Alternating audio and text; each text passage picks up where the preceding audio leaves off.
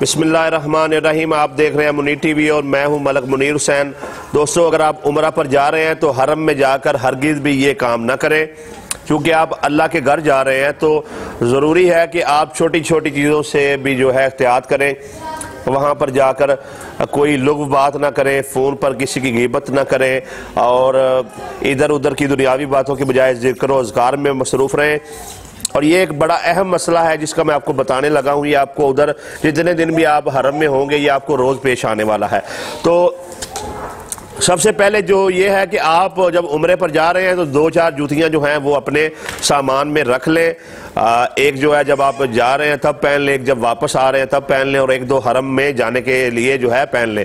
और हरम में जाने के लिए मर्द हों या ख़वातीन, उनसे गुजारिश है कि आप हल्की जूतियाँ इस्तेमाल करें। वहाँ पर इंसान बहुत जल्दी जो है थक जाता है।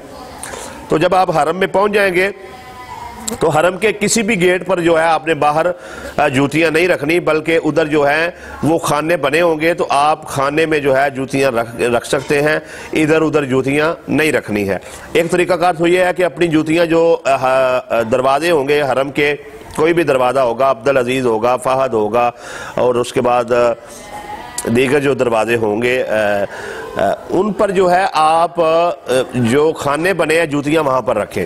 अच्छा, अगर वहां पर नहीं रख रहे, आप चाह रहे हैं कि साथ लेकर जाएं, तो जैसे ही आप उस गेट से अंदर दाखिल होंगे तो गेट के अंदर दरवाजे में दाखिल होते ही दरमियान में एक सतून होगा और सतून के साथ नीचे एक मशीन लगी होगी जिसके साथ जो है आपको शापर मिल जाएंगे। शापर, उसको आपने ऐसे शापर को थोड़ा सा खींच के ऐसे उसको मतलब है कि उतार लें और उसमें अपना जूता रख लें। अब अंदर जो है हरम के अंदर भी खाने बने हुए हैं, वहां पर किसी जगह पर आप अपनी जूती रख सकते हैं। लेकिन अगर आपने हरम के बाहर जो है जूती छोड़ दी तो सफाई करने वाले आते हैं, वो जूतियां उठाकर ले जाते हैं और कभी कभार जूतियां मिक्स हो जाती हैं, तो कभी कभार कोई दूसरा जो है वो पहन के चला जाता है।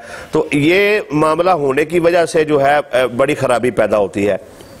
अगर आपकी जूती जो है गुम हो गई है तो हरगिज़ भी किसी दूसरे का जूता ना उठाएं, ये काम सही नहीं है। खुदारा इससे बचें। और बेहतर तरीका यही है कि आप एक जूता लें और उसको जो है हमेशा जो है वो हरम के अंदर जाकर जो है शापर में डालकर अंदर जाकर किसी खाने में रख दें और वहाँ से ही वापस उठा लें।